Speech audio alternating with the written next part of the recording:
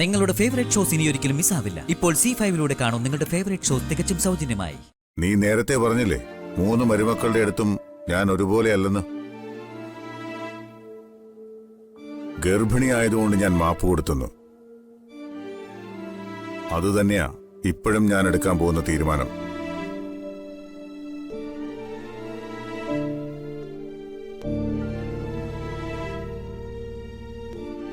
ഈ കുടുംബത്തിലേക്ക് ഒരു കുഞ്ഞിനെ തരാൻ പോകുന്നവളാ നീ. അതുകൊണ്ട് തന്നെ പണത്തിന്റെ കണക്ക് ഞാൻ മറക്കുക. അതിനോടൊപ്പം നീ ഇതുവരെ ചെയ്ത തെറ്റുകളെല്ലാം ഈ ഒരു തവണ കൂടി ഞാൻ എല്ലാം ക്ഷമിക്കുക.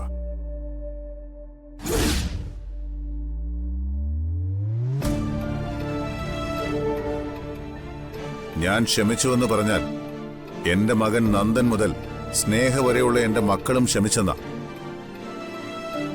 അങ്ങനെ ക്ഷമിച്ചതുകൊണ്ട് തന്നെ ഞാൻ ഒരു കാര്യം കൂടി പറയാം.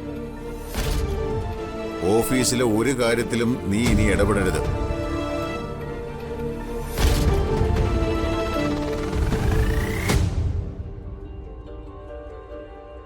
ഒരു ഫോൺ കോളിൽ പോലും ഓഫീസ് കാര്യങ്ങളിൽ നിന്റെ ഇടപെടൽ ഉണ്ടാകരുത് എന്നാ ഞാൻ പറഞ്ഞത്.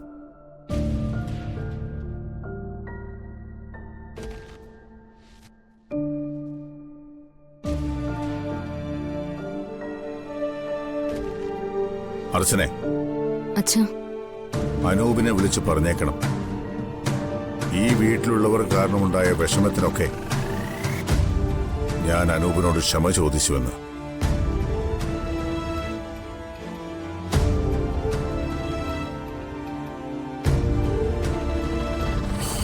ആ, അവന്തികയും അനഘയും അകത്തേക്ക് പോകാൻ നോക്കും.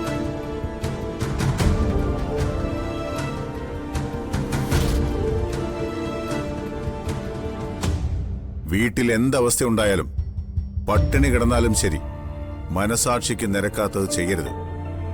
അത് ആര് പറഞ്ഞാലും. പ്രലോഭനങ്ങളിൽ വീഴാതെ ഉള്ളതുകൊണ്ട് കഴിയാൻ പഠിക്കണം നീ. ഇത് നിന്റെ അച്ഛനെ പോലെ പറയുന്നതാണെന്ന് കരുതിയാൽ മതി.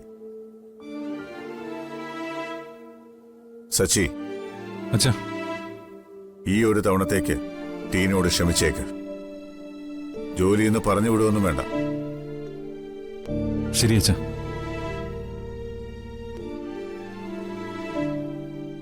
ഇന്ന് ഈ വീട്ടിലൊരു സന്തോഷം നിറഞ്ഞ വാർത്ത കേട്ടതുകൊണ്ട് ഒരു കണ്ണുനീരും ഈ വീട്ടിനടയിൽ വേണ്ടെന്ന് കരുതിയാ ക്ഷമിച്ചത്. ആ, അത് നിനക്ക് എപ്പോഴും ഓർമ്മ വേണം. സർ, അച്ഛാ, അച്ഛനെല്ലാം ക്ഷമിച്ചതില് എനിക്ക് സന്തോഷമുണ്ട്. അത് എന്നെക്കുറിച്ച് ഓർത്തല്ലെന്നും എന്റെ കുഞ്ഞിനെ ഓർത്താണെന്നും എനിക്കറിയാം. പക്ഷേ അച്ഛൻ ക്ഷമിച്ചു എന്ന് പറഞ്ഞെങ്കിലും അതിനർത്ഥം ഞാനിപ്പോഴും കുറ്റക്കാരിയാണെന്നല്ലേ? അങ്ങനെ ഇവരുടെയൊക്കെ മുന്നിൽ തെറ്റുകാരിയായി ജീവിക്കാൻ ഞാൻ ആഗ്രഹിക്കുന്നില്ല.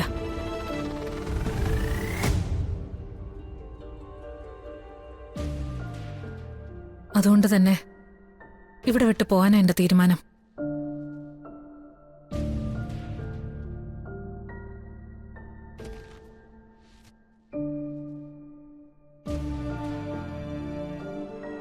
എനിക്ക് ആരുടെ ഔദാര്യത്തിൽ ഇവിടെ ജീവിക്കണമെന്നില്ല. അനക്കേ, നീ വാ. അവന്തികേ,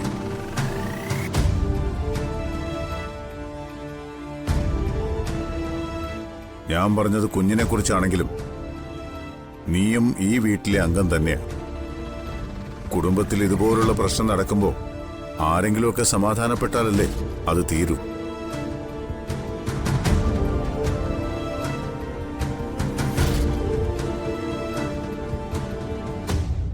സമാധാനപ്പെടാം. ഞാൻ ഒന്നും മിണ്ടാതെ ഇവിടെ നിൽക്കാം. പക്ഷേ അതെന്റെ വയറ്റിൽ വളരുന്ന കുരുന്നിന്റെ പേരിലാവുന്നത് എനിക്കിഷ്ടമല്ല.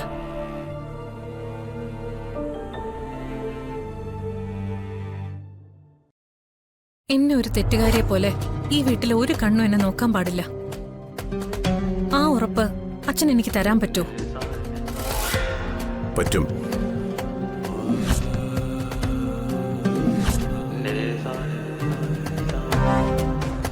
ഞാൻ എടുക്കുന്ന ഏത് തീരുമാനത്തോടൊപ്പവും ഇവിടെ എല്ലാവരും സഹകരിക്കുമെന്നാണ് ഞാൻ വിശ്വസിക്കുന്നത്. അതുകൊണ്ട് തന്നെ അങ്ങനൊരു ഉറപ്പ് ഞാൻ നിനക്ക് തരും.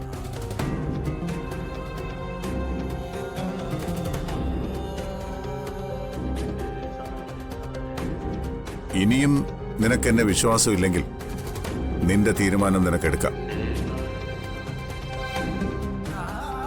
അതിപ്പോ എനിക്കറിയുകയും വേണം.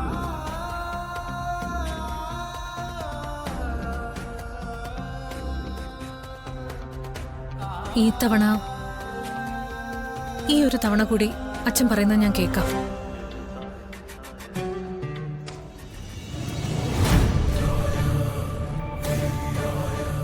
അത് മറ്റൊന്നും കൊണ്ടല്ല, അച്ഛൻ നേരത്തെ പറഞ്ഞ കാരണം കൊണ്ട് തന്നെയാ. എന്റെയും നന്ദേട്ടന്റെയും കുഞ്ഞ് ജനിച്ചു വളരേണ്ടത് ഈ വീട്ടിലാ. പിന്നീട് അത് അതിന്റെ അച്ഛനെ കുറിച്ച് പറയുമ്പോ എനിക്ക് ഉത്തരം മുട്ടി പോരുതല്ലോ.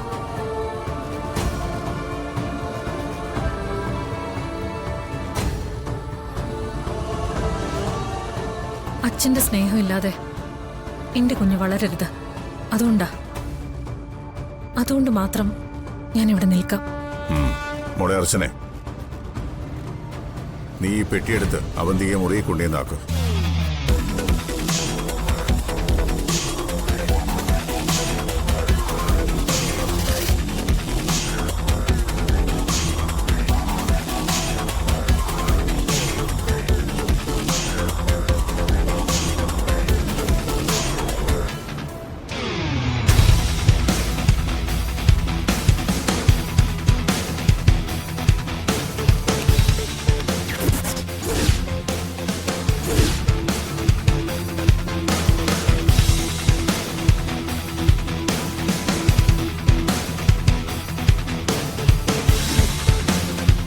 ഇതോടെ എല്ലാം തീർന്നെന്ന് തുടങ്ങിയെന്ന് കരുതണ്ട.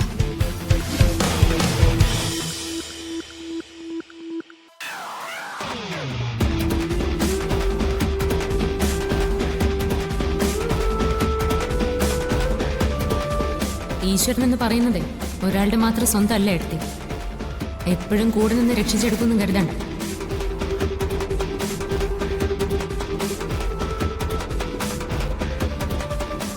ഈശ്വരൻ എന്ന് പറയുന്ന ആള് എന്റെ കൂടെ തന്നെയാ. എപ്പോഴും കൂടെ നിന്ന് രക്ഷിച്ചെടുക്കുന്ന എന്റെ സ്വന്തം ആള്. ഒരുങ്ങിയിരുന്നോ അവന്തികയായിട്ടുള്ള പുതിയ പോരാട്ടത്തിന്? കാണണം നമുക്ക്.